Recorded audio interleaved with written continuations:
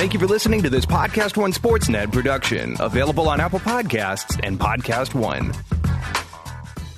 The following program is a PodcastOne.com production. From Hollywood, California, by way of the Broken Skull Ranch, this is the Steve Austin Show. Give me a hell yeah. Hell yeah. Now, here's Steve Austin. All right, everybody, welcome to the Steve Austin Show. I'm coming to you from the main streets of Los Angeles, California today. I'm sitting here in my office at 316 Gimmick Street. I'll tell you what, I got a real interesting show for you today. I'm going to take you through a day in the life of Steve Austin, a global icon and a national treasure. A day that was several weeks in the making, maybe even a month in the making, and then to set it up with a 2-day prelude to have one of the worst days of my life, which actually turns out to be a pretty good day. And it wasn't all that bad anyway, but nonetheless, my wife labeled me as stupid. You'll come to... Yeah, no, now you want to jump in on the open of the podcast. Jesus, now she's all over the body of the podcast. My wonderful wife, Kristin, is going to join us in today's podcast session. We'll talk about the spider that bit Moolah's foot. We made a positive ID on that. You'll hear about that on the podcast. You'll hear about my dastardly day in Beverly Hills. I call today's podcast the $483 podcast because that's how much one day of my life cost me of making a stupid decision, a mistake. And again, my wife said I was stupid, and as you'll come to find out, I was stranded in Beverly Hills, and I'm not going to tell you what she wouldn't do until you listen to the body of the show. That's my story, and I'm sticking to it. Holy smokes, man. Today is Monday. It was a great weekend for football. I watched a lot of football on Saturday and Sunday, and I was looking forward to this day come about this weekend, as you'll come to hear in the body of the podcast. And right now, on Monday, as I record this open to the show, I'm sitting there thinking I'm almost like got some kind of syndrome. I'm thinking, okay, the lawn guys are going to show up. You're doing a podcast at your house. Where's all the lawnmowers and the blowers? It's 2 days early. It ain't Wednesday. It's only Monday. But you know what? It seems like in my neighborhood where me and my wife and my dogs live at, everybody here is remodeling. I mean, so there's construction sounds in the background. I don't know if you can hear them, and we're about to be under construction because we're putting in a new floor. We're putting in a tri-fold door here at 316 Gimmick Street. So now I won't be listening to the yard guys and stuff through a window. I'll have 3 doors. And when it's nice and quiet, I can open them up and go out on the deck and just kind of chill out and let the nice cool breeze refresh me. Or if it's a Wednesday and the yard guys are out there, I can open up the tri-fold doors and say, guys, I'm trying to do an award-winning podcast. Turn off the mowers and the blowers. You just woke up Hershey. When I started yelling, Hershey jumped almost out of her. Well, she's already back to sleep again. She was asleep. Oh, she was dead asleep, and I woke her up. Now she's back to sleep. So I couldn't have scared her too much. So anyway, we're about to be under construction here at 316 Gimmick Street. I'll tell you what. Yesterday, Sunday, I was getting all ready to watch Clash of Champions pay-per-view at 5 p.m. But the lady who's helping us with the design elements of this remodel was supposed to come over at 3:30 or 4. Was it 4? 3:30 and 4. Between 3:30 and 4. My point is, she was late. And so I'm sitting there thinking, you know how much of a time fanatic I am. I'm never late for nothing. If I am, I'm mad at myself because I don't like to be late. What? Except to pick up your car before it gets towed. Well, that's part of the other podcast, Kristin. You're about to give away the whole podcast. So I'm sitting there looking at my watch. I'm thinking, man, I'm not into people being late. And then finally she shows up. I mean, I don't want to beleaguer the point. The lady shows up, and she starts showing all these drawings and stuff. And then she starts talking about these other design elements, which I didn't even have in mind because, we're trying to do this on the bare basics, bare minimum type thing. It's not like we're trying to make this place into a palace. It's just a small, regular house. And she had all these great ideas, and she's super talented with tremendous vision. Her and her partner are very, very talented. But all of a sudden, I was like, man, this place is going to turn into something that's going to belong in Beverly Hills. And I don't want that, and I can't afford it. So anyway, I had to put the squash on a couple of the ideas, but I'm looking at all these drawings. I'm looking at my watch. 5 o'clock is almost there. Now it's 5 o'clock. Now it's 5:30. And now we're just talking about the yard. So I'm thinking, well, hell, I guess I'm going to watch the pay-per-view joined in progress. I wanted to catch the open. Watch the anthem or whatever they sing before the thing starts, and watch the open and all the different video things that they do on the show, and I done missed it. So I'm about to tap out. I'm about to say, you know what? Let's just stick with the task at hand right now, and that's putting in the floors and this door right here and this trifold door in the backyard. So finally they left, and now we're waiting on the guy to come up with all the drawings of the house, because you have to have these drawings, plans, or renderings, or whatever, to turn into the city of Los Angeles so they can grant you a permit so you can remodel your house. And it ain't like we're rebuilding this damn thing. Hell, we just want to put in a trifold door here, a trifold door over there going to the swimming pool, paint it, and put a deck in the front yard. That's basically all we want to do. Swap out some window covers. That ain't nothing. But you got to pull a permit for all this stuff. And by the time the dude that's got to draw everything, he's like a surfer guy. He's like an old surfer. Yeah, man, I've been meaning to get to that, or I'm going to get to that sooner or later. The locals call it Venice time. Venice time. They call it Venice time over here, as quote-unquote my wife just said.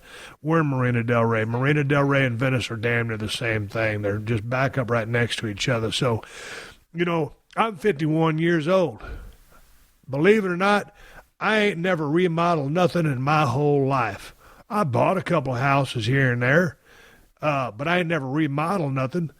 I've seen my friends remodel stuff, but they'd see the permits put out there on the damn walls or the fence or whatever. I get it. I understand it. I just ain't never done it.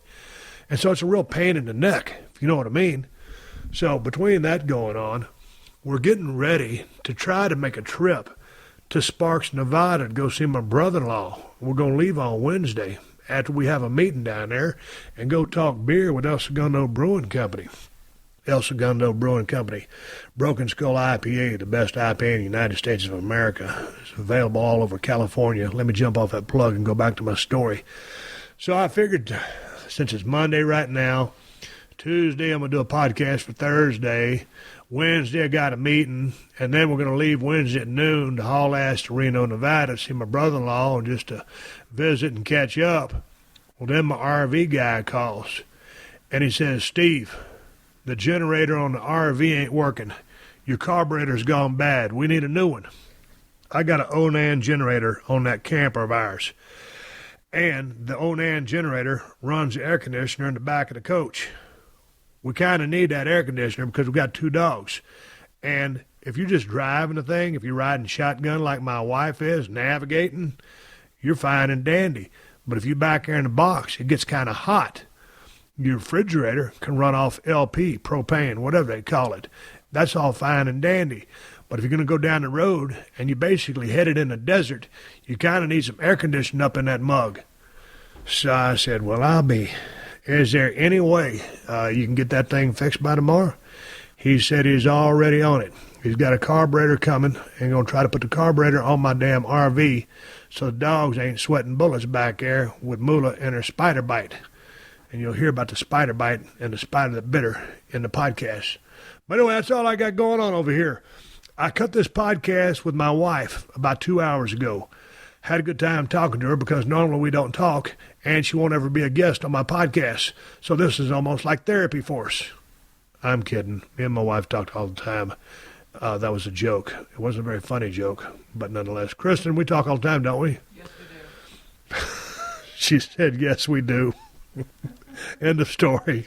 I'm going to finish this open. I'm going to roll the podcast. We talk on the phone when I'm not even here. We're always talking. We're always talking. Don't let us fool you. Did the divorce papers come in yet? I'm kidding. All right. Hey, before I get into the body of the podcast with my illustrious wife, Kristin, I want to give a shout out to all my Loot Crate winners. Those Loot Crate winners were Kyle Harrington, Aaron Kowalski, and Nicholas Vargas. They all won the free 3-month subscription to the Loot Crate's WWE Slam Crate. And Alexander Ramsey won the 6-month subscription. Swig of water for everyone, because as y'all know, I gave up alcohol and caffeine on my way to 250 pounds. And for anyone who didn't win the WWE Slam Crate box, it's not too late to order one. And if you go to lootcrate.com/Austin and use the promo code Austin, you'll save $3 off any new subscription. The WWE Slam Crate box is badass, too. The theme is the first, to celebrate some of the greatest first in WWE history. It's got a one-of-a-kind New Day collectible item, a shirt back from the grave, accessories from a special First Lady, and the first card from Austin Aries. A few crates will even have an autographed version of that card. So get yourself to lootcrate.com/Austin and enter the promo code Austin and save $3 off any new subscription. But you got to do it by 9 p.m. Pacific time on the 19th. That's the cutoff to get the first WWE Slam Crate. If you don't order by then, you won't get one, because when they're gone, they're gone. And for less than $20 per month, you get over $60 of value in every crate. So go to lootcrate.com/Austin, enter the promo code Austin, and get $3 off any new subscription. Hello there, you beautiful American, Canadian, British person, Australian. You know what? You might be from Russia or Montreal avec les habitants. C'est moi. It's me, Jay Moore. You know me from the More Stories podcast. I'm a comedian, I'm an actor, and I talk to people that fascinate me, like Brandon Boyd from Incubus, super funny Jim Jeffries, Jay Leno, Charlie Sheen, Lakers owner Jeannie Buss, and a whole lot more. Download a few episodes of More Stories now. More Stories podcast every Monday. Podcast One app, iTunes, PodcastOne.com. The Steve Austin Show. The Steve Austin Show. All right, everybody. Like I said, I'm sitting here at 316 Gimmick Street, sitting here at my desk, my office, my Pearl Beer Neon clock, secondhand spinning around like a rotisserie chicken. And we've had a lot of cards and letters coming here to house 316 Gimmick Street, wishing Moolah to get well. All right, that was a lie. That was complete BS. Moolah has not received a lot of cards and letters here at 316 Gimmick Street telling her to get well, but her foot is getting better. If you guys listen to the podcast in the past, you know I was talking about Moolah's left front foot getting bitten by a spider. And my wife noticed this about a week ago, give or take, and she noticed she was limping. And so she looked at her pad, and that pad was just red and inflamed. It was kind of hot. Now, this is before the swelling set in. So anyway, she thought immediately, I better go take her to see Dr. Gary, our veterinary guy that we've been dealing with for about 10 years. And this guy's just off the charts good, has a great bedside manner, and is extremely knowledgeable. If he tells you something's wrong with your dog, something's wrong with your dog. And he's just one of the best there is, and we're so fortunate to have him. So anyway, Kristin goes in there, and Moolah's in there, and the funny thing about Moolah, she hates going to the doctor. So she sits there stiff as a board on the table with her eyes wide open, with just her neck at full alert. And it looks like she's about to bite. And she won't bite, but she's just like those eyes of terror. And anyway, Dr. Gary is just so gentle. So he starts looking around and feeling of her foot and examining it. Kristin, jump in here. My illustrious wife, Kristin, decided to jump in on the podcast right now as I'm trying to turn in a podcast now and another podcast tomorrow, because we're going to make our way to Reno, Nevada tomorrow for about a week to visit her brother. I decided. No, I said, hey, I need some help here. I can't cuss, and I know since you're not going to cuss anyway, this would be a great platform for you to get a couple of BS stories and help me turn in 40 to 60 minutes. I know that since you don't cuss, this would be a great opportunity for you to help me turn in 45 to 60 minutes of either gold, silver, copper, aluminum, whatever it is. Turn in for a podcast to Stacy over there at 90210. So anyway. No, she was on the table like a sphinx. Like a sphinx? Yeah, still. If she doesn't move, then she thinks Dr. Gary doesn't see her. So he starts examining her, and he just, man, because the spider bite was so fresh, he goes, man, I don't know. The only thing I can chalk it up to is maybe a spider bite. And so he gave you some, antihistamines? Antihistamines, and she's taking some anti-inflammatories. And I tell you what, man, she came home, she's limping on that front paw, and it just break your heart to see her limping because she's only 3.5 years old. And she was the runt of the litter, so she's a small silver lab, but she's extremely smart and has this great character and great personality. So we just love her. So I hate to see her in pain. And then that nasty, sorry-ass spider bite starts taking effect. And that venom, that poison that he shot in with those 2 fangs that he pierced her pad with started setting in.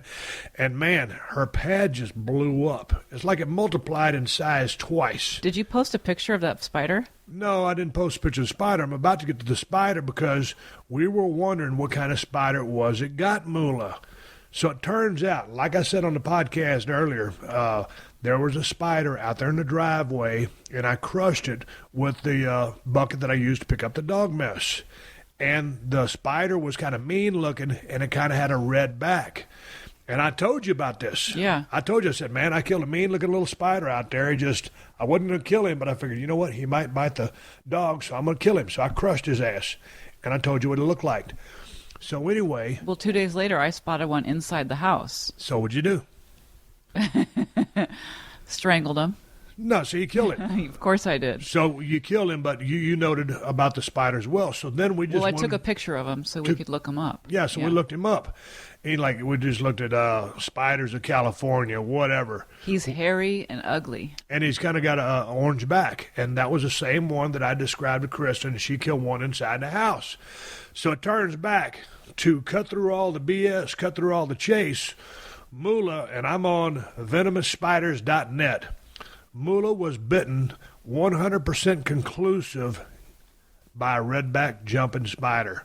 I'm going to read you about the redback jumping spider. And they're not the most dangerous spiders in the world, but they're pretty salty.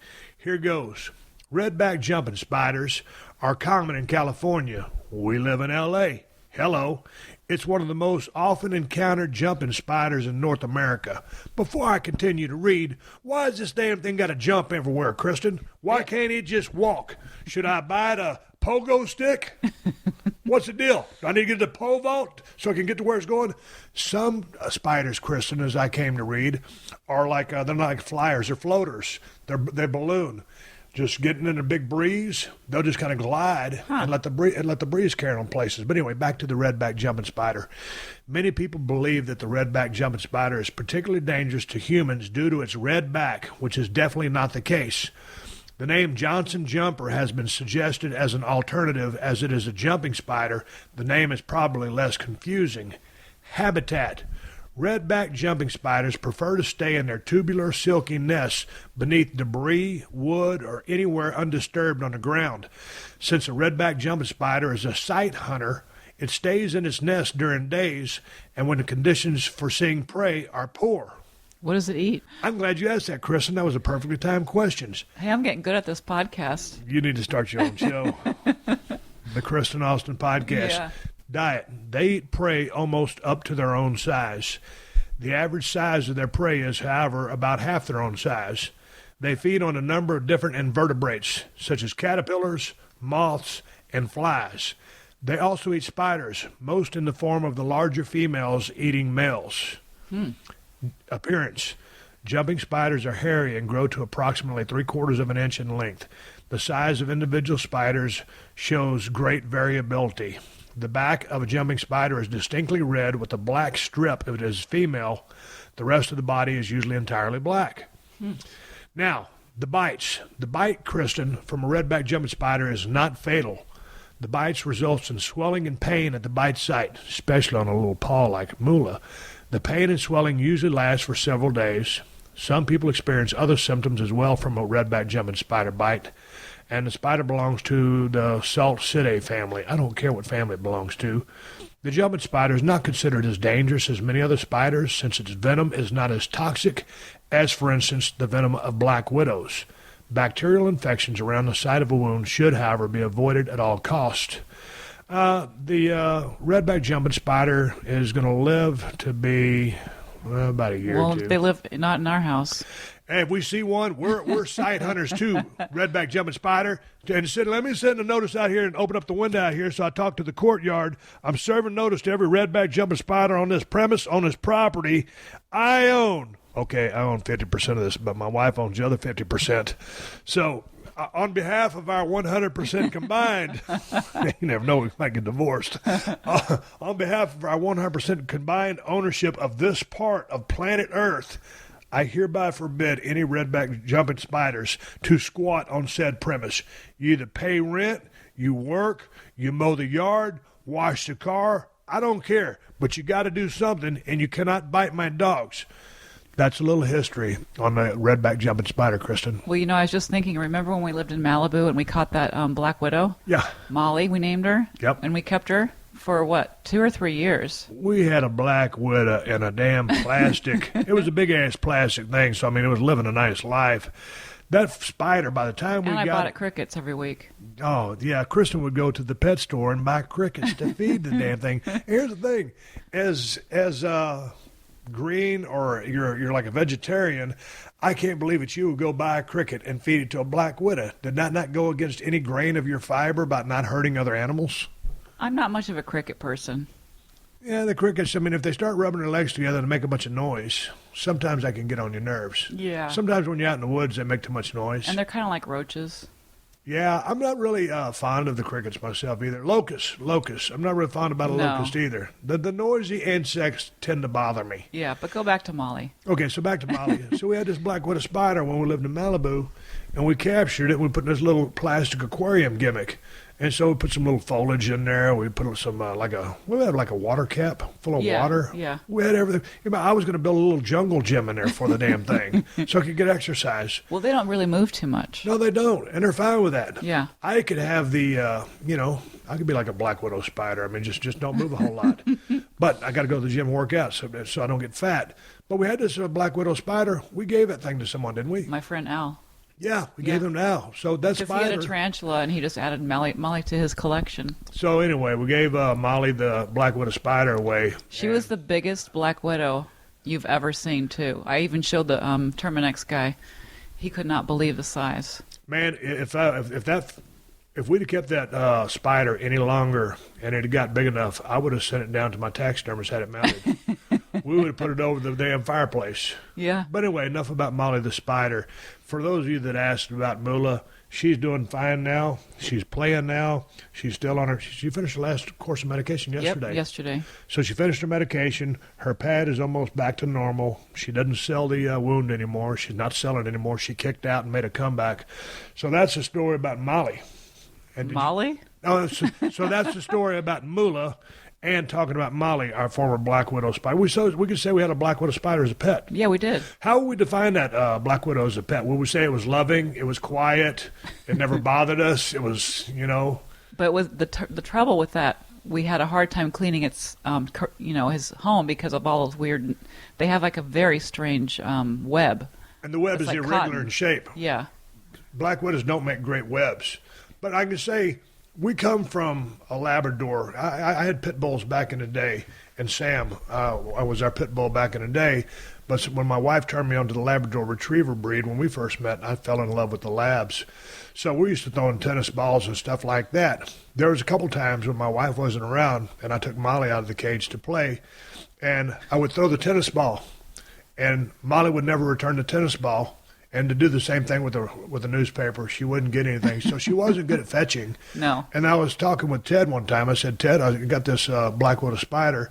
I was wondering, maybe if we bring it out there to Tilden, if we go dove hunting, do you think this spider will go fetch a dove? And we never took the spider to Tilden, so I never got a chance to find that out. So I can't say that a black widow is a great pet. If you just want to look at a plastic container and just have something to look at, I guess they're kind of cool. Why did we decide to keep the damn thing? I don't know, but it's kind of neat how they feed. They suck the juice out of the crickets. So I'd have a bunch of cricket carcasses in there. Yeah, so I'd reach in there and, get out all the cricket carcasses, and I was too stupid to use like some tongs or like a reaching device or some chopsticks or something like that. I would just reach in there with my hand and pull them out. And so I always thought Molly was going to pull a rib on me, jump on my finger, sink her teeth into me, and inject me with poison. Because then I can just see, I'd have to put a tourniquet on my finger. I always think about it like this. As long as we've owned the ranch, Kristen, not one of us yet has been bitten by a rattlesnake. And that one time in the pavilion, when you saw that, baby rattlesnake, and it was about 1.5 feet long, and I was in the RV vacuuming it out with a shop vac, and I can't hear anyway, and I hear this god-awful, Steve. And then I come sprinting across the parking lot at about 6 miles an hour. They're like, man, what the F is going on? There's a snake. There's a snake. So anyway, we exterminated the snake. But my point is, I was thinking, if you get bit by a snake, like a real poisonous snake, most people when they get bit by a rattlesnake don't die. But it's a horrible pain. But they can get a horrible infection. Yeah. And sometimes they got to lance it open. It's just got to heal from the inside out, and it might take months and months. So they can do devastating damage, and they can really eat you up. Well, we did have that big tarantula there that you relocated, and he returned to the front yard the next day. That tarantula was like a boomerang. I would get my Kawasaki mule, take it about 2 miles from my house, and the next day we'd be back. It was almost like if I could, you remember like Spock used to put his hand on something, he could mind meld with it. If I could touch the tarantula, because tarantulas can't talk, but it was like if I could read the tarantula's mind, he would say, why do you keep taking me away from here? I just want to hang out with you guys. Hell, he'd be back the next day. I said, all right, get in the back. I'd put him in the back, take him, drop him off again. I mean, I tell you, he's like a boomerang. Yeah. He was like a bad cold. You couldn't get rid of him. But anyway, enough about this stuff. But those are true stories. He wouldn't go away. Yeah, he wouldn't. Well, it's like every time we see a turtle down at the ranch, a box turtle. Chris says, we got to take it to the pond and put him in the water.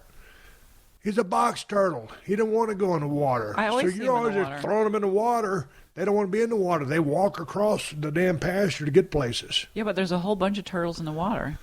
Yeah, but those are different kind of turtles. Oh. Yeah. Yeah. Just because you see a turtle don't mean the damn thing wants to be in the water. Maybe we should not be in the business of relocating things. No. Anyway, on with the damn $483 podcast. What other stories were you going to tell about? Hey, before I get to my $483 podcast story, I want to tell you guys, we had a washing machine break on us about a year ago. It was actually about a year and a half ago. And on the spin cycle, this thing spins so loud that you would think that you were at the NHRA drag strip watching cars go down a damn quarter-mile strip. That's how loud this thing is. So finally, after a year and a quarter of putting up with this thing, me and Kristin looked at each other and said, man, just can't take it anymore. Well, the guy wanted to repair it, but he wanted $500 to repair it. And $500 is almost the cost of a brand new dryer or a brand new washer. So we said, well, piss on it. We don't want him to fix it. We just used it till it absolutely broke. Yeah, so we really used it till the wheels fell off. And so, man, we went and got a new brand, and it was a different brand, but it kind of matches the one we got. And I won't disclose the name of the brand. I'd like to. No, yeah, I know you'd like to, but we're not going to. And we're not going to acknowledge who we bought it from or who delivered it. But nonetheless, as soon as we get this brand new washing machine, it wasn't the fanciest one you could get. Top loader. It wasn't the Mac Daddy thing you could get, but it was a top loader, just like the other one. And as soon as we get it, the damn thing starts screwing up. And it's like it doesn't make the crazy racket because the other one was so loud, I couldn't do a podcast while it was spinning. In the garage. In the garage with these 3 doors from China closing my office off, and they're not insulated. But I'm just saying that's how loud this thing was. But it was such a pain in the ass that we finally decided, hey, man, let's get rid of some money because we're tight. We're going to get rid of this thing because that's our quality of life right now. Well, and it wasn't working anymore. Okay, so it wasn't working finally, and we got every cent we could get out of it, and we go get this new one. They deliver it. They hook it up. They do everything. They run the first cycle. Well, it turns out Kristin starts having a problem with it because it won't complete the cycle. And it turns out she gets on the phone with the technician who's in another country, and they say, oh, you've got to calibrate it. The guys who installed it didn't calibrate it. Now, think about that. Calibrate. Calibrate means to make adjustments to something. Kristin, back in the old days, you're only a year younger than me. When you bought a new washer and dryer from JCPenney, you just brought it home, hooked it up, and it worked. Yeah, you didn't for have like to 20 calibrate years. nothing. Yeah, it used to work for 20 years plus. Now things work maybe a couple years. Yeah, so anyway, you don't calibrate nothing. There's nothing scientific about it. You just set it up, screw the little washers on the feet, make sure it's level, and you start throwing clothes in, a little bit of detergent, and you wash stuff, and it spins it, and you throw it in the dryer. It's pretty simple. You got to calibrate this thing. So I'm thinking, okay, they're going to send some guy over to calibrate it. Well, they talk to you over on the phone. But I'm thinking there's going to be some guy with a Geiger counter and a level and all these different instruments. No, I had the level. I happened to have a level in there. So you had to level it yourself. Yeah. See, when someone delivers something that you paid good money for, it should be leveled, calibrated, scroll the little feet down the way it's supposed to be. You shouldn't have to redo this stuff. Right. But anyway, so now the thing is still adding up. And the other day, I kept trying to call my wife. I said, man, you never answered your phone. Because she was on the phone with someone from overseas talking about whatever happens, she wants to get rid of this damn washer and get our money back and get a different brand. What'd they tell you? Well, I told him if they don't come pick it up, I'm going to put it in the middle of the street and set it on fire. Then they just look at their little notepad and say, oh, we're so sorry. Whatever. I can't remember what they told me. No, they tried to give you the blow off again. He says, I don't care. He goes, I don't care what your job is. I want to speak to a manager. Oh, yeah. He kept on repeating the same line over and over and over. I said, just stop repeating yourself because I want a different answer this time. I want to speak with a manager. So then he's like, oh, okay, well, you'll have to wait for a phone call from the manager. I still haven't spoken with a manager. So anyway, we're not happy with the design, and shoot. I said, I want to return this item. I don't want it anymore. It doesn't work. And it says in the damn rules that you got X amount of days, and we started having trouble with the damn washing machine immediately. The first week I started calling. Ain't like we've been using this thing for 6 months, and all of a sudden, hey, let's go get a different model. No, it ain't about that. We just want something to wash our clothes. I'm not looking for something sexy. I'm not looking for some different bells and whistles that you can program so you can hear all these sounds when your clothes are through spinning so you can throw them in the dryer. I just want something to wash my stuff, spin it, so I can dry it and wear it. And it won't do it. And it keeps going back to the default mechanism. It says 6 to 8 minutes left, 6 to 8 minutes left. No, it keeps doing that. So it's about got me at my wit's end. So like a 53-minute cycle lasts about 2.5 hours. Yeah, I can't work like that. You know, when I put it on like the delicate cycle, or like, you know, like guys wash clothes, all cold, don't even put no detergent in there, and just wash it so it can get wet and spin it so you get all the water out and then throw it in the dryer. And that's supposed to be a 36-minute cycle. I'm sitting there waiting. I got a meeting to go to. I'm saying, where the hell? I need my stuff to go to my meeting. And it's in there lollygagging rest. It's 6 to 8 minutes left. It's been 6 to 8 minutes for 20, 30 minutes now. Well, now I know why your shirts always smell.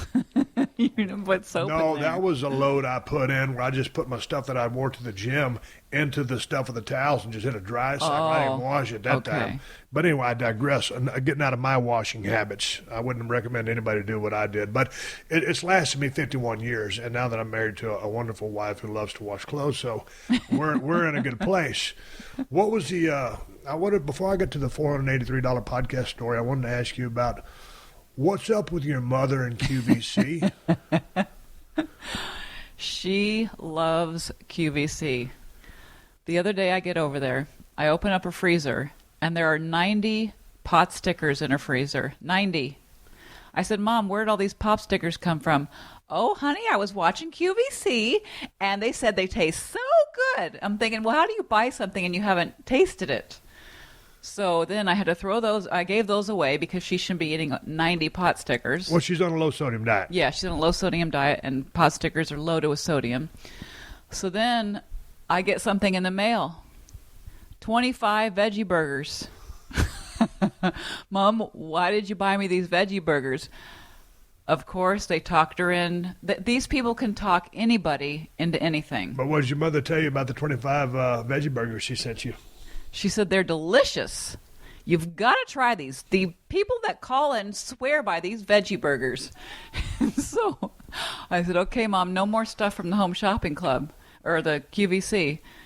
And then I take her to lunch last week, and she's got this diamond ring on her finger. I said, Mom. It's a bling-bling ring. It was a bling-bling. Mom, where'd you get the ring? Oh, guess where? QVC? Yep, it was only $7. Look at it. And she kept on moving it at the table so it, You get those glimmers of sunlight in there. It was pretty nice, actually. Well, here's the thing. But it's not a diamond ring for $7. But here's the thing. If I could have married you 7 years ago when I did and got you a $7 wedding ring, I would have done it. I would have believed it. It looks pretty nice. I had to put my sunglasses on when she came in the other day because it was flashing so bright. It's But man, there's something about those QVC, man, and all of a They're sudden like evangelists. They can sell anything to somebody. They can sell ice to an Eskimo. And the thing about it is, they say, "Oh man, they're going fast," and they got this number that keeps decreasing on there, and they think, "Oh man, I got to move now." Limited quantities available. Yeah. And my mom's like dialing fast as she can dial. And so, like, man, you better buy this thing before they run out. Yeah. You'll miss out on a great deal. Because a lot of times when we go over there, she'll just say, "Well, they're about to run out." It was such a good price. Oh, but wait, she did buy you something that you actually liked on there. Which one was that? That gimmick flashlight thing. Oh, man. Her mom always buys me these things on QVC, and she sends them over to the house. I'm thinking, like, man, what the F are you buying me this stuff for, man? It's like, I'm never going to use it like the potato pouch. That was the thing that looked like an oven glove, but you could stick about 3 potatoes in and it cooked them evenly. Oh, she got you the oven glove, too. Yeah, the oven glove. Why don't you give me an oven glove, too? And that thing's too small. But she also got you that tool that you could use at the ranch because it takes off the seatbelt if you get trapped, checks your tire pressure, and there's one other function that it has. Remember that? Yeah, but I want to go back to the flashlight that you mentioned because I've been using this thing. So what it is, this is a flashlight. It's like, how you can... it's big as a pin. Yeah, this is a flashlight that's the size of a pin, but it telescopes. It's like an extender. It's got like when the professor used to teach in school. Yeah, like an antenna on a car. Yeah. I mean, you pull it out, it extends. So it's pretty cool. And the first time I got a chance to use it was when our dryer was venting into this crawl space, which buckled up our floor, and I needed to see down there to see if there was a hose in there, and someone had jerry-rigged this gimmick. I've talked about in the podcast in the past. We're replacing our entire floor. We're remodeling here at 316 Gimmick Street. It just takes a very And I've long time. never remodeled anything. I'm not remodeling. We're getting someone to do it, but it's a long, drawn-out process.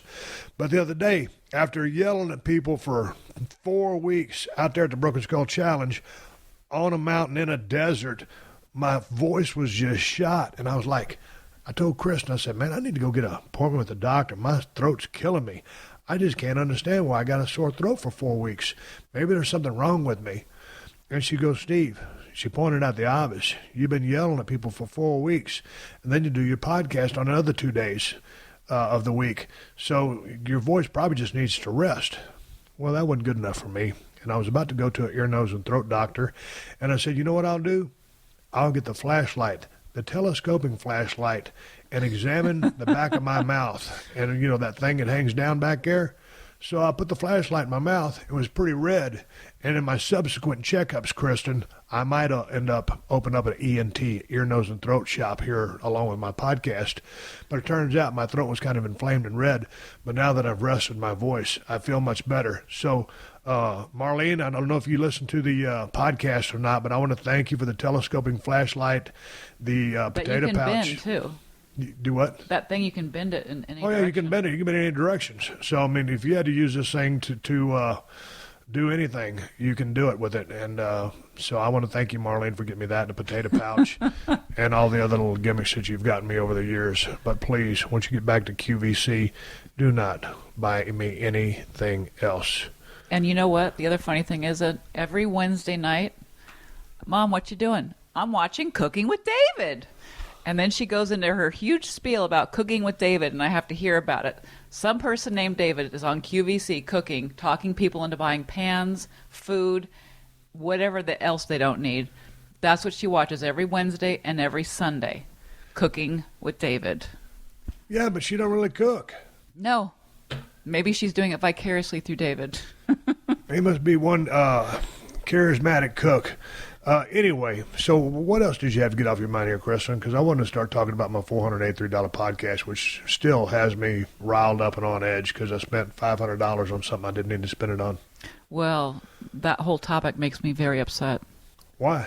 Because it's a waste of money. Well, you should have read the damn sign. Well, I was... Oh, I used a cuss word. You can say damn on a family-friendly Okay. show. Well, I was just kind of in a place in Beverly Hills that I'd never been at. I just come to drop off a pint of blood, get some blood work done, and I didn't know the neighborhood, and I was just distracted. I was still frazzled from doing 4 weeks of Broken Skull Challenge, yelling at people and doing 2 podcasts a week, so I was kind of just beside myself. I didn't have my wits about me. Did you already tell the story? Or No, I didn't tell the story. I'm fixing to tell the story, but I did have my Broken Skull pocket knife in my pocket, so I was prepared for anything. So, anyway, y'all know I couldn't do this podcast if not for the sponsors, and if not for you guys supporting the sponsors. So thank you to DraftKings, the destination for 1 week fantasy football. And if y'all were smart enough to draft Patriots rookie quarterback Jacoby Brissett last week, then y'all probably won some money at DraftKings. This kid shut down Houston. He had 100 yards pass and nearly another 50 rushing and a touchdown. We'll see if that torn thumb ligament keeps him out of this week's game. Otherwise, I might take him again this week. And here's the thing about DraftKings. You don't have to come in first to win money. The player who came in 800th in DraftKings Week 1 contest took home $100. Here's the other good thing about playing fantasy football at DraftKings. You ain't stuck with the same lineup week after week. So like I just said, you can draft a different quarterback or receiver or running back every single time you play. And this is a good weekend to do it because DraftKings is hosting another huge fantasy contest with over $1 million in total prizes up for grabs. So get to DraftKings.com now and choose your players for this weekend's contest. And if you use my promo code Steve, you can play for free with your first deposit. That's promo code Steve to play for free for your share of over $1 million in total prizes this weekend. Only at DraftKings.com. Eligibility restrictions may apply. See website for details. All right, everybody, here we are back at 316 Gimmick Street. I'm here with my wonderful wife, Kristin. Hershey is laying on her side, sleeping by the couch. Moolah is sleeping peacefully on the couch, and I can see her pad on her left foot from here. It is improving. The redness is still there, but it's drying out, so Moolah is on her way to a full recovery. Here's a story about how this podcast got its name, $483. And you ever know sometimes, or you ever have one of those days sometimes where you just can't do anything right, or you're trying to go about the process and everything around you kind of implodes or explodes?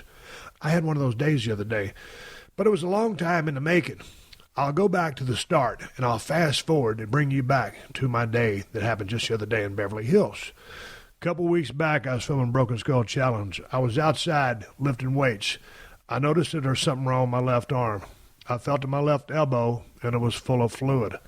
I took some pictures and posted it on my Twitter account, Steve Austin BSR. That night, they sent an emergency room doctor out to my trailer. They were going to drain it. Well, when he got there, he said, "That's oligoclonine bursitis." I said, "I know, and the protocol is not to drain those." He says, "Go to your orthopedic surgeon in a couple of weeks and then ask him what you should do about it. He'll either drain it or he'll leave it as it is." Well, turns out, Thursday, 2 days after I just got finished filming Broken Skull Challenge, I'm putting around the house, lollygagging around, and I get a phone call.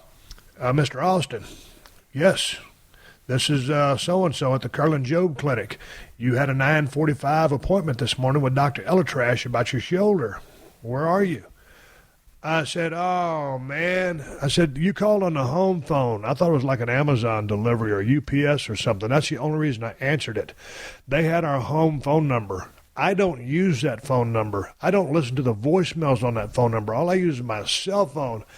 I said, "Man, I'm sorry. That's completely on me. I just finished a project. Can I reschedule?" And she said, "Is there any way you can get here within an hour?" I said, "Yes, I can." So I jumped in the shower, put on some clothes, hauled ass down there to the Curlin Job Clinic. Got in there. They called me into the office, and there I go talking with Dr. Neil Elatrash about my shoulder. He's asking me how it's feeling. It's feeling good. I have full range of motion. And I started talking to him about what I was doing with my training. And I told him I was up to 55-pound dumbbells on my dumbbell incline, 35 on my shoulder presses, and he was listening as I dispersed all this information. And he kind of said, "Man, at 5 months, that's a little aggressive." He goes, "If you were under my guidance, because I opted out of rehab because I had to go film Broken Skull Challenge, I wouldn't have you pushing the envelope that fast. Those microfibers are still growing into that shoulder. All of the work that I did there on my repair still can be compromised if you use too much weight." So anyway, basically what he was saying is, you're in a real good spot right now. your body is healing up amazingly well, but you need to throttle back on the kind of weights you're lifting. So I said, okay, I'll do that. I said, Doc, anyway, before I got out of there, I said, hey, Doc, a couple of weeks ago at work, I must have bumped my elbow or something because it swole up. And I showed him my famous left elbow. And he goes, yep, olecranon bursitis. I said, Doc. Say that 10 times really fast. Yeah, olecranon bursitis, olecranon bursitis, olecranon bursitis, olecranon bursitis. I took my alpha brain, I could do it. So anyway, he says, what we'll do with that, he goes, you can either leave it like that and come back in a week or two since I'm just around the corner from you, or I can drain it now. I said, Doc, if you got time to drain it right now, I said, that'd be cool. So anyway, he goes in and gets all of his stuff. I'm sitting there in the damn waiting room for about 15 or 20 minutes. And then here comes him and his posse. And they come in there and they got some little needles. And they got one big needle. And he goes, you're going to feel a couple of sticks here. I'm going to deaden this thing. And then we'll stick that needle in and drain the fluid out. He goes, I'm expecting that fluid to be clear with a little bit of blood on it. Because he was thinking it was just bursitis. Sure enough, he deadens it. I'm laying there on my stomach with my elbow stuck out there towards him. And he sticks in that big needle and draws out about 30 or 40 cc's of pure red blood. And he says, Steve, you must bang this thing on something because that thing's full of blood. What I'm going to do is send this out, see if it's infected for staph or whatever, some kind of bacteria infection, and I'll get you back the results. And then he shot in a couple of cc's of cortisone to calm the area down and kind of, be an anti-inflammatory agent, which is what cortisone is. So the shoulder's fine. I back off on the weights. And he says, I'm going to wrap these two ace bandages around your arm. Keep these things on. You can take them off tomorrow morning and go about your business, but don't train your left arm for about a week. So here's what I did. The next morning, I took off the ace bandages, but because of the compression, you couldn't see the veins in my arm very good. Well, this was important because I had an appointment to go get my blood work done and drop off a pint of blood. So I go to this area, Kristin, which I've never been before in Beverly Hills, and I just park on the street because I'm thinking every time I've dropped off blood before, it's like I'm in and out because I hit a gusher and I get gone. So I pull up to the parking meter. I didn't even look for underground parking. I should have looked for underground parking. That's the biggest mistake I made. And 30 yards in front of me, I didn't see the sign that says no parking after 3 p.m. My appointment was at 1:30. My appointment was at 1:45. By the time I got in and they started working on me, I don't know what time it was, but I knew that I needed to go back downstairs and put some quarters in that damn machine or I was going to get a ticket. Well, I couldn't get out of the damn room. But did you know you were going to get a ticket? Yeah, because there's only one hour is all you could get on your credit card. Okay. And these are damn parking machines. You can put credit cards in them now. So I only got 1 hour, so I know I'm screwed. So I go in there. Ain't no way I can get back down. And I just didn't want to say, hey, can you go put some quarters in my car for me? To one of the people that work there. So I'm figuring, okay. And here's the thing I was thinking, boy, Kristen's going to be mad about this because I'm going to have to eat a ticket.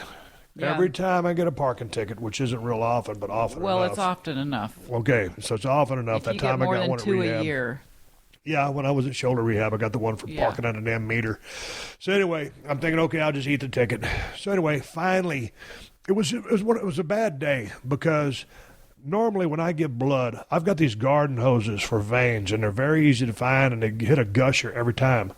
But because I'd worn that compression sleeve, all my veins were crushed in because it was a compression sleeve.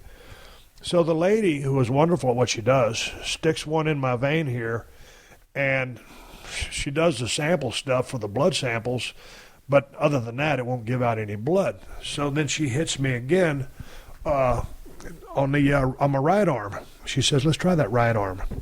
And she hits me in the right arm, and after about 10 minutes go by, there ain't nothing but about 50 cc's of blood in a 1-pint packet. So I'm thinking, why is my blood not flowing today? Normally, when I bleed, it's a gusher. And she's looking at that bag, and she's like, we'll give it another 10 minutes. She comes back in 10 minutes. Now it's only got 60 cc's in it. And I'm thinking, this is a great place for a Snickers commercial. Not going anywhere for a while. Meanwhile, the damn time meter down there is tick, tick, ticking, and I'm about to get a ticket. I probably already have the ticket. So she comes back and she goes, you know what? If this thing doesn't get any better, I don't want to do this, but I might have to stick you again. And as Kristin can see, my forearms are visibly bruised because I got stuck so many times. So finally she was walking by, and I said, you know what? I said, it's taken a pretty good while. I said, why don't you stick me again? And she shook her head because she didn't want to stick me again. And she goes, okay, let's do it. Yeah, but the whole time you weren't thinking, geez, I got to get down there and put a quarter in the meter? Yeah, I was thinking that, but when they got a damn vein, when they got a needle hooked to a hose in your arm, hooked to a bag, what did you want me to do? Walk down in the elevator with the bag in my hand and collecting blood out of my arm, put a couple quarters in the meter, and then go back up? Well, yeah, and especially you're a time fanatic, so it surprises me that you wouldn't. I know, but then it comes into the sterile place that I was in. They wouldn't just walk around the street with a bag, blood coming out of your arm. So anyway, I've seen stranger things. Yeah, but there I am, and so finally the lady comes over and she hits me for the third time in my left arm, and that was the arm that had the compression sleeve on it, so all my veins were crushed down. But this time, lo and behold, she hits a gusher. Thank God. So that thing fills up pretty damn quick. They wrap the damn tape around my arms, and they take the other little needle out of my arm, which had been sitting in there while they were trying to do the old switcherooski. And when they taped on the little gauze pads over the bandages they put on my arms, they used bright pink medical tape around, the crux of where my elbow bends. On both arms. So I've got pink tape on both elbows, wrapped around, Ultimate Warrior style fashion. So, man, I come down the elevator. I'm thinking, man, I know I'm going to see a ticket on my vehicle. And when I come down on this very busy corner in Beverly Hills, I'm thinking, man, traffic's flying by, and it's flying by in the nearby lane, which is where I was parked at on the curb. I got a real sneaky suspicion when I round this corner, my gray Range Rover ain't going to be there. And sure enough, I rounded the corner, looked to my right, and there it was, gone. I don't know how many people have ever had their car towed. I think I might have only been towed one time prior to this in my entire life. And because I've been hit in the head with so many steel chairs, Kristin, I don't remember. But when you walk down and you find out that your car has been towed. Did you think it was stolen at first? No, I knew it was towed. Okay. Nobody stole it. I knew it was towed because right there I saw the sign, no parking after 3 p.m. It had taken so long to stick me all those times, to try all those different times to get the blood, finally get the blood, wrap me up, get my ass out there. It was like 4:35. So I'm thinking, oh, man, you know how big the city of Los Angeles is? It's about, altogether, 13 million people. Yeah. L.A. proper, probably 4 million. But whatever, it's a big-ass place if you just do the math on it. So there's a whole lot of towing companies here. How do you find which yard they towed your car to? Especially when I don't hang out in Beverly Hills. We do the Marina Del Rey thing right here at 316 Gimmick Street. The tow yard's right over there because you see the people get towed off all the time. I get in the elevator, I go back upstairs, and I'm embarrassed because I'm a global icon and a national treasure. I'm pretty smart. I got two pink bandages around each of my arms, and I go up to the lady at reception and say, you know what? I didn't use underground parking. I used the hourly meter, and my car got towed. Do you know who tows from this area? And she goes, oh, I don't know. So then I'm thinking, oh, man, now I'm really screwed because I'm in Beverly Hills, and I got to just start calling places at random to find out where my car is. And I wasn't about to pick you up. Well, let's visit that for a second. So I call my wife because it's Friday afternoon. I'm ready to just kick back, have a good weekend, watch college football Saturday, pro football Sunday, and just kick back. It's been a long-ass 4 weeks, and I'm ready for my first real weekend off. Well, not so fast, my friend. When I said, what about coming to get me? Go ahead, answer it. I said no because you should have read the sign.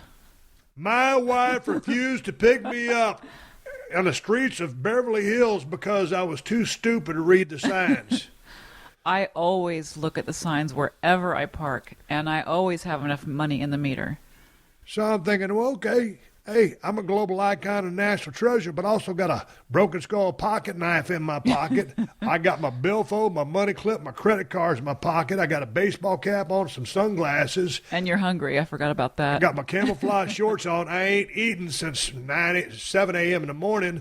So, you know what? I'll just track this thing down and I'll be fine. So the lady upstairs gives me a couple of options to call. It turns out the people that towed my car was Tip Top Towing, and they towed it to North Foothills Drive in Beverly Hills. So on my damn Siri thing, I say, Siri, give me directions to whatever Foothills Road. And Siri spits out some directions, and I hit the walking little feature on there, and it's 0.8 miles. So I got almost a mile walk. Well, it's going to be a walk because I want to ride. But my wife won't pick me up because I should have been looking at the damn parking signs. So I figure, hey, no big deal. I'm in downtown L.A. I'll just flag down a cab. Downtown L.A.? Well, Beverly Hills, L.A., whatever. It's all the same to me. When there's big, tall buildings, it's just like downtown. When you're from Edna, Texas, anything with a big building is downtown. So I'm in Beverly Hills, downtown Beverly Hills, whatever you call it. I'm looking for a cab. Because on TV, you always see the cabs go by. Or when you're just walking around and just driving around, you always see cabs going by. Always. But when you need a cab, ain't a goddamn cab to be found. So I figured, well, you know, it's only 0.8 miles, 2/10 shy of 1 mile. So I figured I'd just walk. So there I go. And before I can head off, I push the little button on the post to give me the white walking sign, the pedestrian sign, because, you know, I'm making sure I obey all the traffic rules because I've already broken a parking rule and got my vehicle repossessed by a parking service. So before I can leave, here's two ladies that come out from the office on the downstairs floor. Oh, are you the owner of the gray Range Rover? I said, proudly, yep, that's me, the guy that was too stupid to read the parking signs. Oh, we saw him take it away. If we'd have known it was yours, we would have stopped them. I said, no worries. They had to take it. It's past 3 p.m. Cars are zooming by like Larry the Cable Guy. Cars are zooming by just like Larry the Cable Guy. Cars are zooming by just like Larry the Cable Guy. It's back to green flag racing. They had to tow my car. So, of course, I got to take a couple of pictures with the women that watched my car get towed. And I got to, I didn't explain why I have these two pink bands on my elbows. I look like an ultimate warrior walking down a damn street. So I push the damn gimmick button and I walk across the street. And it's pretty hot. Yeah, we've had a very strange heat wave going on. Once you get us amongst all that concrete and the sun's beating down on you, and I've been laid up in that air conditioner trying to give out a pint of blood and just tearing the life out of me because they couldn't hit the right vein. So all of a sudden I'm walking. I'm thinking, okay, 4/10 of a mile, take a left on Burton Way, another 3/10 of a mile, take a right on Foothills. It's going to be right up there. So I'm thinking, okay, I followed the directions. But I got to go to the Beverly Hills Police Department first to get a release before I can go to Tip Top Towing and get my car. Oh, boy. So then I think, well, where the F is Beverly Hills Police Department? But I've been there before. And you see it on TV all the time. I see it on TV all the time, and I pass by it all the time because UTA, United Talent Agency, reps me as far as my agents go. I get the damn shortcut. I cut across the road. There on my left, I walk right by the offices of United Talent Agency. Global icon and national treasure, schlepping by in a pair of tennis shoes, pink bandanas all over my arms, and a camouflage pair of shorts trying to kayfabe the fact that I'm going to BHPD to get a release on my car. I go inside the police department. I get up in the elevator. I go to the third floor. I go to the window. And as I look in, there's a big glass window. That's where they're behind that over there at the Beverly Hills Police Department. And this lady officer looked up, and she had a gigantic smile on her face. She recognized me right off the bat. So I just give her a big wave. Hello, I'm an idiot. I said, you ain't going to believe this. I said, I got my car towed, and they told me I had to come down here and get a release to get the thing out. I said, I've never done this before. What'd I do? Well, she goes, first of all, you got the wrong window. Let me walk you over to the correct window. So she took me over there. Long story short, I had to fill out some forms, provide photo ID, give them my credit card because it cost me some money to get the thing out of there. And so my first bill for the day, as far as the $483 podcast, was $117. And that's what they charged me, and that's the City of Beverly Hills Department vehicle release. $117, and I paid that on an American Express. Now, there's more bills to come. You sound like you're on Judge Judy. I wish Judge Judy, well, I'd have been guilty. So anyway, I get my release form, and she goes, just take this, hand it to the people at Tip Top Toe. And I said, where is Tip Top Toe? Well, that was the address I'd originally programmed in. It's another 0.6 miles back the other way. So my total walking distance, it was about 1.4 miles to Beverly Hills Police Department. Now I got to walk back to Tip Top Toe, and I go in there, present all my paperwork, fill out the forms, picture ID, credit card. So anyway, I get the receipt from Tip Top Toe Service, put down my American Express card, and that was $208. So now $117 plus $208. But wait, there's more. Well, I don't know that there's more, but there is. So I'm inside there. I'm frazzled. I haven't eaten since, 8, 9 in the morning. I had brought a snack. When I called my wife and told her that my car had gotten towed and she wouldn't come pick me up because I was stupid and should have read the signs, she goes, my God, when's the last time you ate? I said, breakfast. She goes, do you have anything to eat? I said, yeah, I got an apple and some peanut butter and a water inside the Range Rover at Tip Toe Service. Tip Top, whatever the hell it's called. So anyway, I go over there. The guy says, let me go get your car for you. Of course, I had the keys.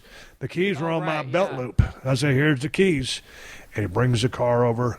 And I said, hey, man, how do you guys move these cars without damaging the transmissions? Anyway, explain to me how they did that. It's not important for you to hear. This little gimmick thing goes under the back wheels, and they just lift it up, and you're gone. So anyway, he comes riding up in my baby. You know, it'd been nice if they had detailed it or something for me, Kristin. It does need detailing. So anyway, I done got jacked for $117 by Beverly Hills Police Department, and they were extremely nice, and they were really, really cool. And then the guys at Tip Top Toe Service billed me for $208, and they were really, really nice, and they were very professional. They did their job. I parked in the wrong spot, and I was just fixing to get in my vehicle and head that thing home, and I was going to tell Siri, give me directions to 316 Gimmick Street. He goes, one more thing. I'm thinking, what in the world could it be? He goes, you also got a ticket. Those rat bastards, the parking enforcement had saw fit to give me a ticket. I just thought after I paid $117 to Beverly Hills Police Department, $208 to Tip Top Toe, that I was done. But no, I wasn't done. There was more. They handed me the envelope underneath the windshield wiper. I opened up the envelope after I got in the car and turned the air conditioner up to level 6 and put it on recirculation because I'd been walking in the heat. I was dying of thirst. My throat was a little bit parched. Here's one thing. When you walk into Tip Top Toe, they'll ask you if you want a nice drink of cold water, and they got a refrigerator full of water bottles. Thank you, Tip Top Toe, for the cold water because I might have died had I not got it. And then almost died of shock. The ticket was $158. $158. I put my credit card into the machine, Kristin. All I could get was $1 worth of parking. 1 hour. 1 hour. Okay, before you jump in here and just start shredding me, I should have seen the sign 30 yards in front of me. I'm well aware of that. I'm almost a Los Angeles native now, although I'm always going to be from Texas. I know the lay of the land here. I should have looked for the sign. I should have went to underground parking and just got the little gimmick like you always do. Go through the booth, talk to the lady or the dude there, give them your credit card, and then just get out when the alligator arm lifts up and you get out of underground parking. At the very least, had there been an earthquake, I wouldn't have been in underground parking. But there wasn't an earthquake. I got a $158 ticket, and my damn car's gone to Tip Top Toe. That's your third reminder of the. They keep reminding you as you progress that day of the bad decision you made with the ticket, then the towing, then the police department, and how much did you spend on parking initially? $1. $1. Okay. Well, yes, $1 for an hour. That's pretty good. That's what it was. So wow. I guess I said 483. I guess if you included, well, that wasn't really a penalty, but I could say this is a $484 podcast, but I'm sticking to 483. All right. But here's the thing. I tried to do a good thing to check on my health, get my blood tested, and also drop off a pint of blood. So there in the process, I was trying to help my brother out, and then got stung on the backside because I parked in an area that you ain't supposed to park at. They towed my car. Everybody who had something to do with it wanted something out of it. So everybody that wanted something out of it, that means that because I was a responsible party, that money was having to come from my back pocket. Or in my case, because I use a money clip, my front pocket, where I keep my credit cards and my driver's license. And both were used plenty that day because everybody wanted to see who I was, and they wanted proof of who I was. I could just go out there and say, if you want your car back, give me a hell yeah. I had to show them a picture. Yep, that was me, the dude that you used to see on TV all the time, guzzling beers. Here I am in person, looking like an idiot behind the glass saying, can I get my car back? And here's the topper to the story. Because where I was at in Beverly Hills, and I was going to Beverly Hills Police Department by way of Tip Top Toe, I passed right by Maple Street in Beverly Hills. You know anything about Maple Street? No, what's Maple Street? Maple Street is where PodcastOne headquarters are at. Oh. So I said, you know what? I'm going to take a chance to call Norm at PodcastOne, the guy who owns it, my buddy. So I'm going to call Norm at PodcastOne. I'll see if he's there. Maybe he'll give me a ride. Maybe he'll give you a ride. Yeah, that's straight up what I was thinking. And it'll be just good to see him. So I said, Siri, call Norm Pattis. I got about 6 numbers for Norm. Push this one. It's PodcastOne. The lady says, PodcastOne.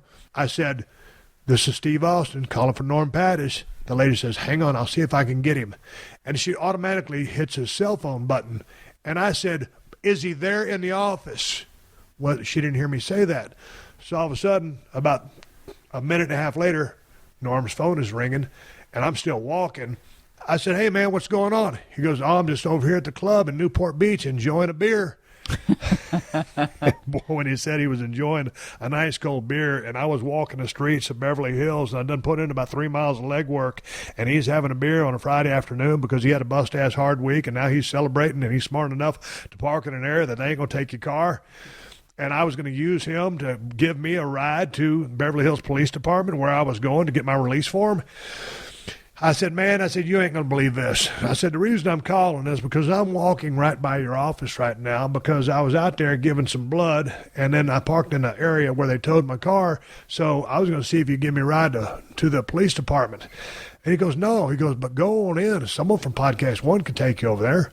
I said, don't worry about it, Norm. I said, I'll take care of it. I said, at the very least, this is podcast material. He goes, no. Go inside and ask someone to take you over there. I said, no, enjoy your beer. I'll talk to you in a couple of days. And he says, well, you and Kristin ought to come down to the club. We'll have a cold one.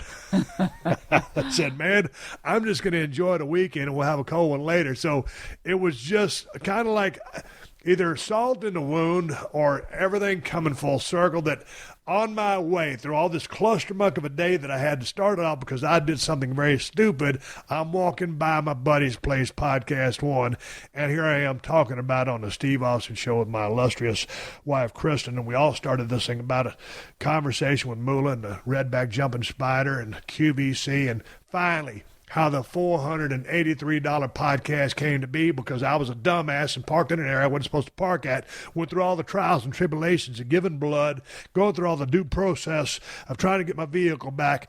And at the time, when you're walking down the street and you look like I look, and you kind of almost got the Ultimate Warrior look because you got the 2 pink things hanging off your arms, I look like a friggin' idiot. I did kind of chuckle when you walked through the door. Yeah, it's almost like Spirit of 76. Got the guy playing the snare drum, the guy playing the flute, the guy with the limping leg. I come walking in, and I just looked like I was beat down. I was frazzled as hell. I was like, really? I did give you a hug. What? Boy, that hug meant the world. And as she hugged me, she whispered in my ear, could you go pick up the dog mess? All right, Chris, it's time to say goodbye on this illustrious podcast. I want to thank you for joining me. You got any plugs or anything like that you want to put in there? Plugs? Yeah, like, hey, I'm Steve Austin BSO on Twitter, or No. You got a book coming out, or No. something. Okay, you got a Zumba class coming up. All right, this is Steve Austin coming back up to wrap up his show. That was a true story, and that's the $483 podcast. All right, got to take another minute to say thanks to one of my longtime sponsors, who also happens to be a close personal friend of mine, Diamond Dallas Page and DDP Yoga. Bang! DDP Yoga has changed countless lives, including some of your favorite pro wrestlers like Jake Roberts, Scott Hall, Mick Foley, AJ Styles, and Chris Jericho, Y2J. Hey, they all swear by DDP Yoga. And now DDP is taking his life-changing program to a whole nother level with the DDP Yoga Now app on iOS and Android devices. So now you ain't got no more excuses about why you can't start DDP Yoga. The app means you can do it anytime, anywhere. And the cool thing about the app is that you can do more than just DDP Yoga workouts. It's got all kinds of tracking features like pain tracking, measurements, and progress photos. DDP Yoga Now app users can do the original workouts, the new 2.0 workouts, and live workouts from the DDP Yoga Performance Center. And to make it even easier than he's already made it, for a limited time, you can get the DDP Yoga DVDs for 20% off, plus 3 months of full access to the DDP Yoga Now app. Just go to ddpyoga.com/Austin. That's ddpyoga.com/Austin to take advantage of this great deal. Commit now. Change your life now. Go to ddpyoga.com/Austin to get started. All right, everybody, give me the go home cue. It's time to wrap up this podcast and ride off into the sunset. But before I do, got to give you guys something to watch. Since I don't really have anything to watch, I know they got DVRs. So if you're going to DVR tonight's presidential election, as I talk on Monday during this close, get on your DVR, or if you can find it on YouTube, and watch the presidential debate. Because coming up, here in November, we're about to vote for a new president. Make your vote count. Be informed. Make a great decision. I can't state strongly enough, and I'm not going to get into a political discussion, but it just irks me when I see so many people out there either uninformed or misinformed about what's going on in the world, specifically regarding what's going on here in the United States of America. So if you get around to it, I insist you find it on YouTube, get it on your DVR, but watch the presidential debate. Make a good decision, on a heartfelt decision. I'm not going to tell you who to vote for, but watch and be informed. This country is spinning out of control, and we've got to have a come to Jesus meeting and get back in control, and that's all I got to say about that. Hey, man. I got some new T-shirts coming to ProWrestlingTees.com and BrokenSkullRanch.com. New designs that I wore on the set of Broken Skull Challenge. They're going to be available soon. I'm going to start dropping them way before the holiday season, so you ain't got to wait that long. And if you're looking for the best damn IPA available, then get Broken Skull IPA from El Segundo Brewing Company. Stop by the brewery at 140 Main Street if you're in L.A., over in El Segundo. Pick it up at Whole Foods and Total Wines if you live in California, or order it from InsideTheCellar.com or BrokenSkullRanch.com if you live in a state that they ship to. And if you want a badass pocket knife, I suggest you try out the Steve Austin Broken Skull Pocket Knife from Cold Steel Knives. The best place I suggest you get this knife is at Amazon.com using my link. That'll help the show out for free, and you'll get one of the best blades that you can get in the United States of America, all American parts, assembled in Taiwan for $75. $75 is a damn good price for a damn good knife. Anyway, enough of that. I appreciate you guys giving me all the word-of-mouth advertising y'all doing on behalf of this podcast. I don't have an advertising budget. The only advertising I do is going down the street saying, hey, listen to the Steve Austin Show. When I get those 3 trifold doors, I'm going to be yelling that out there with the megaphone. That's what I told my wife the other day. I was talking about how bad my throat was hurting this whole damn weekend after yelling at people for 4 months. After yelling at people for 4 weeks, I told her next time I'm just going to get a megaphone like Jimmy Hart. That way I ain't got to yell. I'd just be sitting there talking to a megaphone. I've been out working myself all these days. Anyway, back to the reads. I don't have an advertising budget, and I appreciate y'all supporting the sponsors of the Steve Austin Podcast, because they are the ones that let me do this for you free twice a week. So big thanks to my buddy, ddpyoga.com/Austin. Get 20% off the DDP Yoga DVDs and 3 months of full access to the DDP Yoga Now app for a limited time. Hallelujah. Big thanks to DraftKings. Use my promo code Steve to play for free this weekend. Yes. And to Loot Crate. Go to lootcrate.com/Austin to save $3 off any subscription. I love to save $3. I could have saved $3 the other day had I not parked in the wrong place. I could have saved $483. And, of course, a big thank you to Amazon, who've been supporting this podcast since day one. Just use my Amazon links whenever you're doing any online shopping, and Amazon will kick back a couple of bucks to the podcast. It don't cost you nothing extra. There ain't no hidden fees or charges. You can buy whatever you plan on buying and help out the podcast in the process. Hey, you can find my Amazon links by going to PodcastOne.com, clicking on the Killer Deals button in the top right corner of the page, and then hitting the Steve Austin Show button. I got Amazon links for Amazon USA, Amazon UK, and Amazon Canada. So again, if you didn't get the first time, just go to PodcastOne.com, click the Killer Deals button in the top right corner, then click on the Steve Austin Show, bookmark it so you can find it easier. Hey, Norm Pattis, sorry I missed you when I was walking the streets of Beverly Hills over in the 90210 district trying to find my damn car. You laid up drinking beer on the beach. We got to do lunch sometime. I'll talk to you later. Hey, the 60-second AP News headlines are coming up next. Until then, as always, my name is Steve Austin, and I will catch your ass down the road. Download new episodes of The Steve Austin Show every Tuesday at PodcastOne.com. That's PodcastOne.com.